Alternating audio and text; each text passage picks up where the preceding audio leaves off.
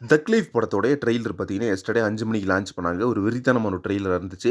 So இந்த ட்ரெய்லர்ல வந்து நம்ம என்னென்ன எக்ஸ்பெக்டேஷன் பண்ணோமோ எல்லாமே இருந்துச்சுன்னு சொல்லலாம். மெயினா பார்த்தீங்கன்னா, நெறைய படங்கள வந்து இந்த படத்துக்குள்ளேயே பார்க்க முடிஞ்சது. மெயினா வந்து நம்ம கமல் சாரோட நாயகன் படம் இருந்துச்சு, தளபதி படம் இருந்துச்சு, கார்த்திக் நடிச்ச அமரன் படம் இருந்துச்சு. இப்படின்னு சொல்லிட்டு ஒரு பக்காவான ஒரு கேங்ஸ்டர் படத்த நம்மளுக்காக குடுத்துருக்காரு. அதுலயும் பார்த்தீங்கன்னா, டெரரிசம் அப்படின்றது பெருசா அதுல ஒர்க் ஆயிருக்கும்னு நெனைக்கிறேன். ஸோ படத்தோட சினிமாட்டோகிராஃபி ஒர்க் எல்லாமே பார்த்தீங்கன்னா, வேற லெவல்ல இருந்துச்சு. அத விட நம்ம கமல்ஹாசன் சாரோட அந்த கெட்டப்பு, அந்த பிளாக் காஸ்டியூம் போட்டு ஒரு வெறித்தனமான ஒரு ஃபைட் இருக்கு. ஸோ அந்த ஃபைட் பார்த்தீங்கன்னா, தெறி லெவல்ல தியேட்டர்ல வந்து கூஸ் பம்ப்ஸ் கிளம்பும்னு நெனைக்கிறேன். இப்போ பார்த்தீங்கன்னா, இந்த ட்ரெய்லர வந்து நம்ம சூப்பர் ஸ்டார் ரஜினிகாந்த் அவர்கள் பார்த்துட்டு பயங்கரமா வந்து பாராட்டிட்டு இருக்காரு சோசியல் மீடியால.